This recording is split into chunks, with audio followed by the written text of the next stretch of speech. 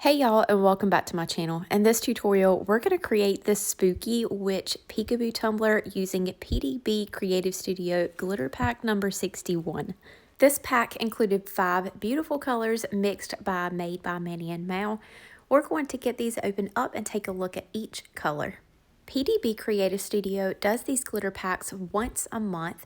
They are released on the Thursday of the second full week of every month. There are 2 ways that you can get your hands on these glitter packs. First is to be a part of the Glitter Pack Subscription. There is a link down below that you can sign up for the waitlist for that, as well as grabbing them when they drop in the PDB Creative Studio group. Of course, being on the subscription list, you get this at a discount, and grabbing them as a pack is discounted as well, but they are later on released as individual colors. The first red glitter that we just looked at was To Me, and this one is Cafe Au Lait, I think is how you say it. These specific colors will be released on September 28th at 2 p.m. Eastern Standard Time. These colors in particular will be a limited release, so you want to make sure that you grab them before they are gone. Once they are sold out, they will not restock in the future on the PDB Creative Studio website.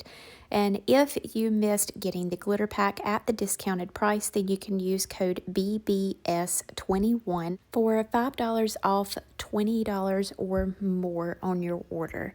So the last color that we checked out was Spice Girl. And this one is Ghouls Night Out. It's a really cute name. And then lastly, we have Angelo.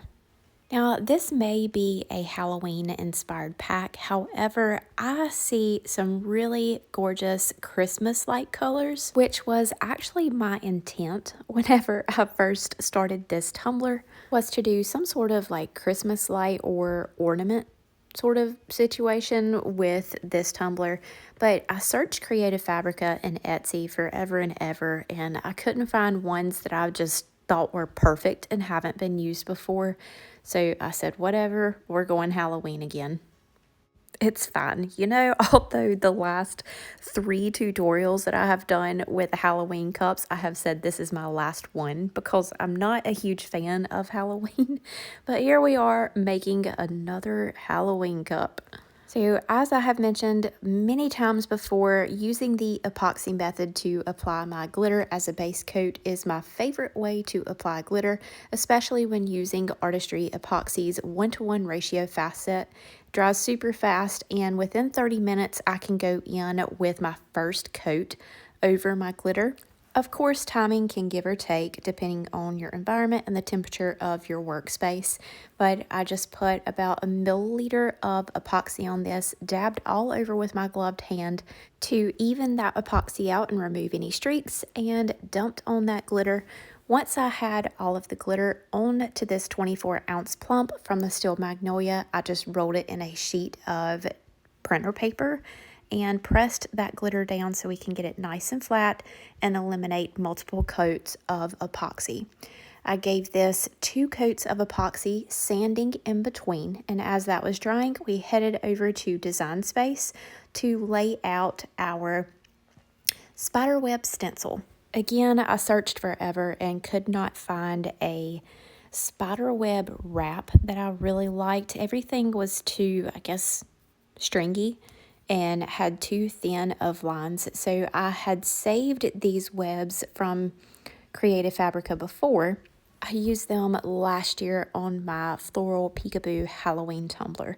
So I just grabbed those up, made a shape in the background, the exact dimensions of my tumbler, and then laid all of these spider webs out to create a wrap.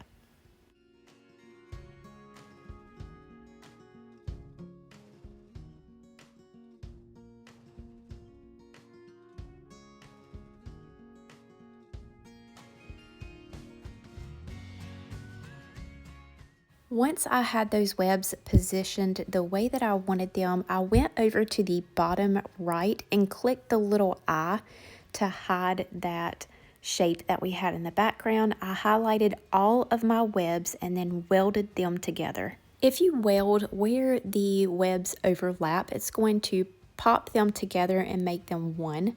If you were to attach these together, it would cut each web individually instead of a whole image. So once you have those welded, then click that eye on the shape once again. Allow that to pop back in. Highlight both of those images, your web and the shape, and then select Slice. This is going to trim off all of that excess that was hanging over, allow you to cut a smaller image that will fit perfectly around your tumbler. We're going to use a temporary or removable vinyl for this so that we can easily remove it off of the tumbler once we have spray painted. I just weeded this. It did take a little bit to weed this image, but I weeded it. And then we are going to apply our transfer tape and use the hinge method to apply this to our tumbler.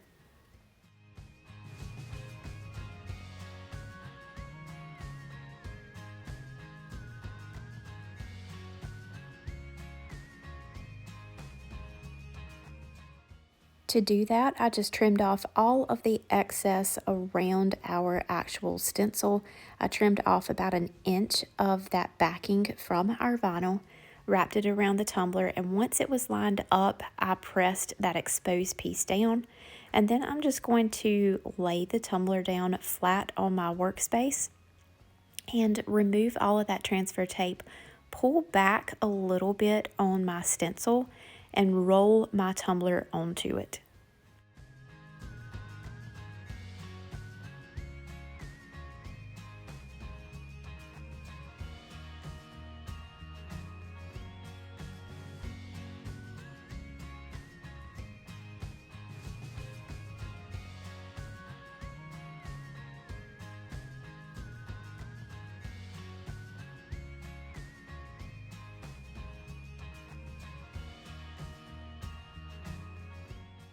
Once I had my stencil on and made sure that it was pressed down really well, I took a minute to find the seam, and where some of those little pieces just overlapped weird, I pulled them up and connected them to the webs directly beside of them so it would appear as if it was a seamless wrap. Now, I had all intent of painting this black.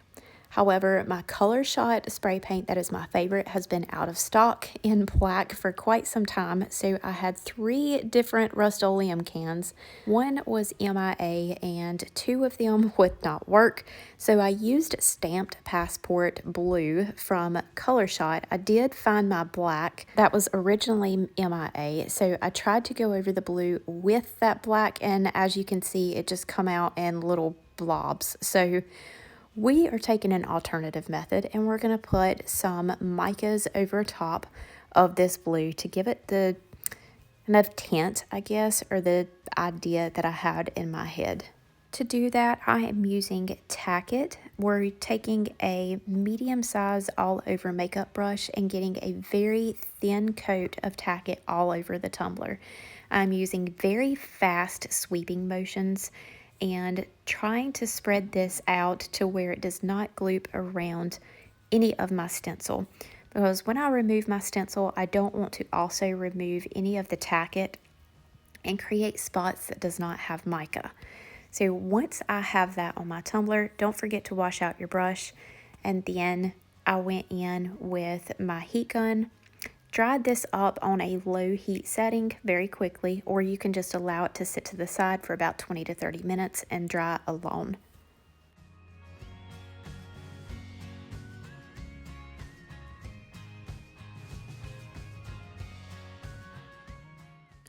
We're going to first use Pixie, which is some like mini sized full fragments. These look awesome on dark colors.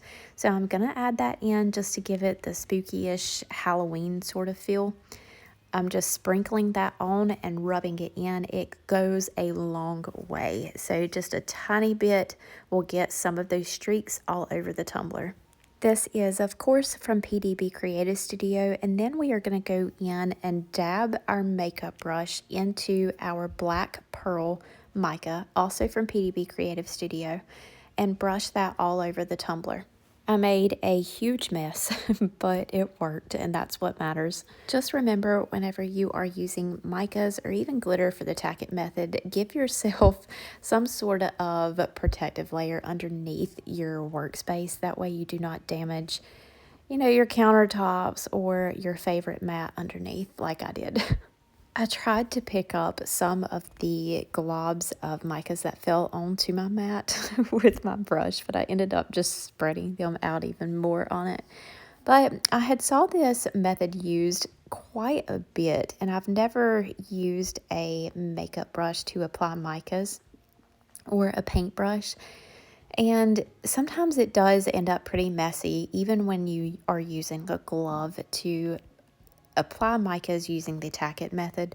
And I really feel like this gave me nice even coverage without streaks or having risk of applying too much pressure with my hand and pulling up any of that tack it.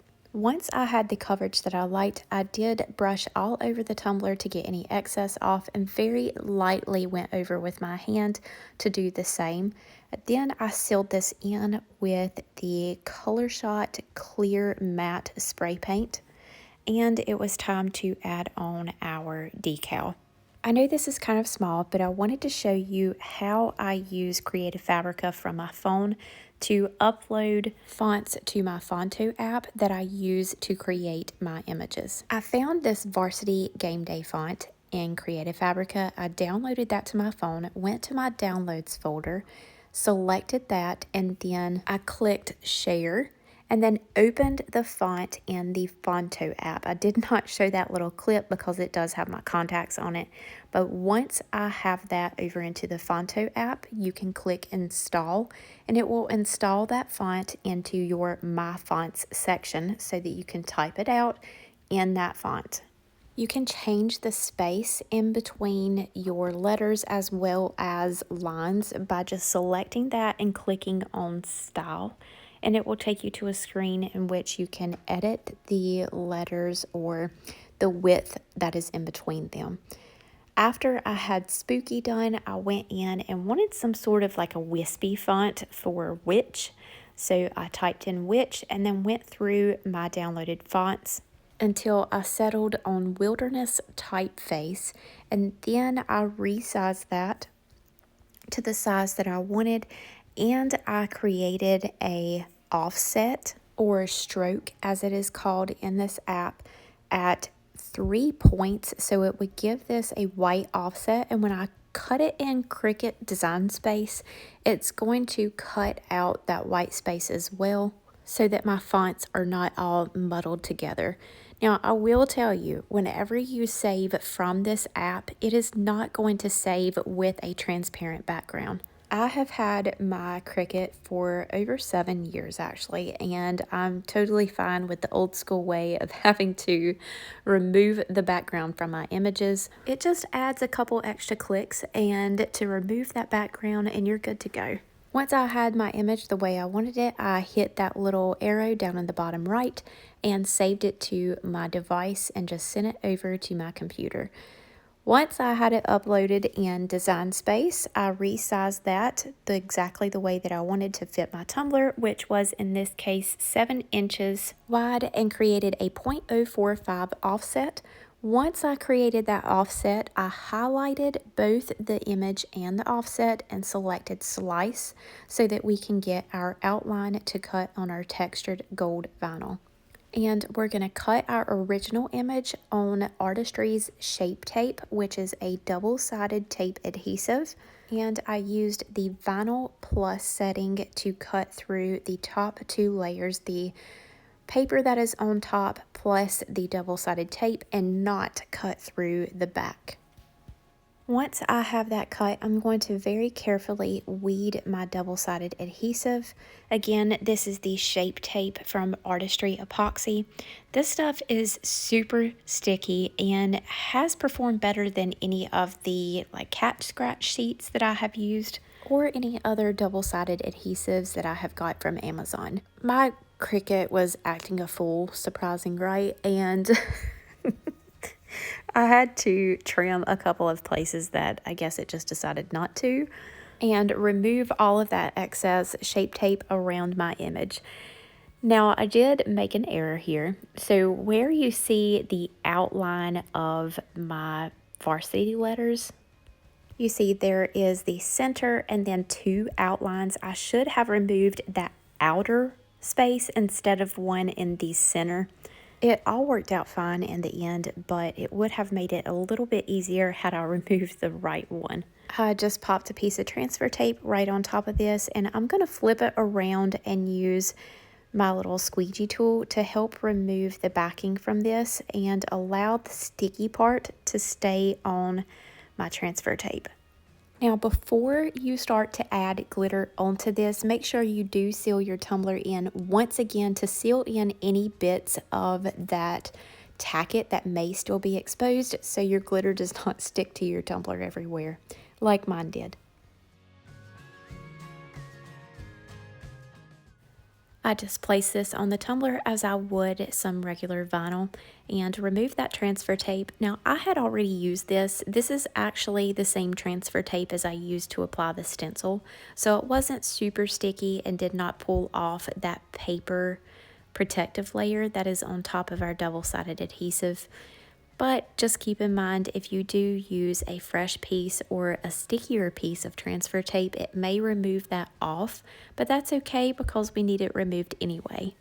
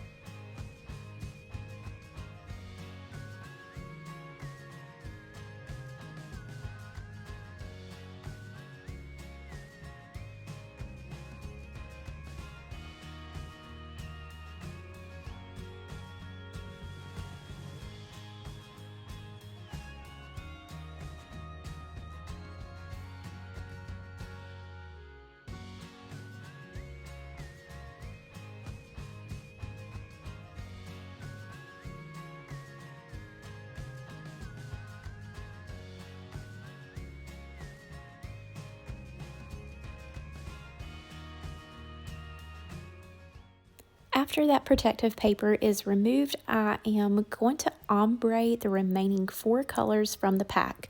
Starting with Toomey, we're just going to sprinkle that on and very, very lightly sprinkle it because we are wanting to ombre our colors together without any harsh lines. So I'm just lightly sprinkling, and then we're going to go in with a second coat to help blend those in together a little bit better.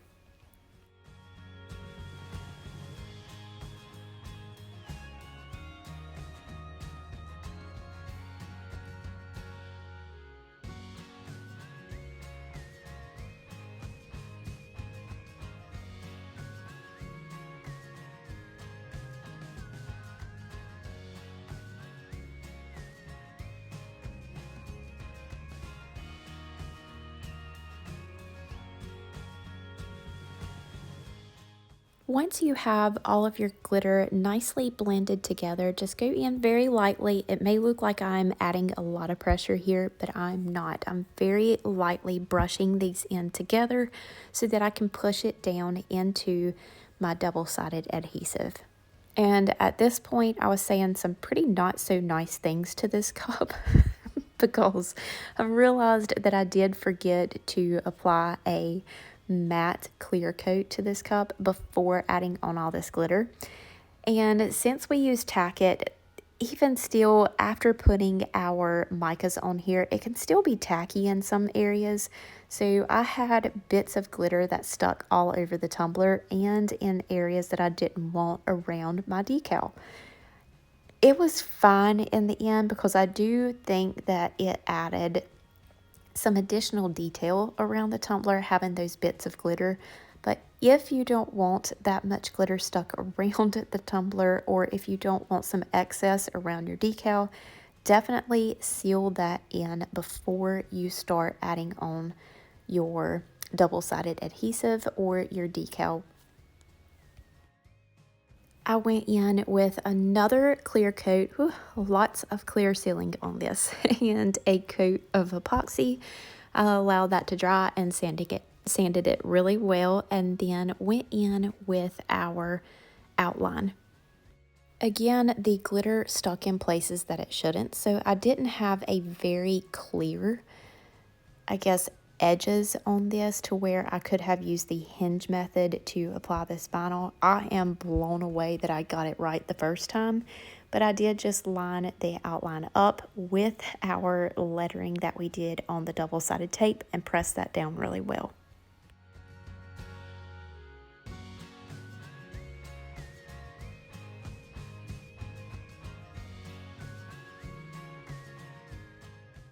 After I made sure that my decal was pressed down very well, I went in with 2 final coats of Artistry's 1:1 ratio fast set epoxy, and this one was complete.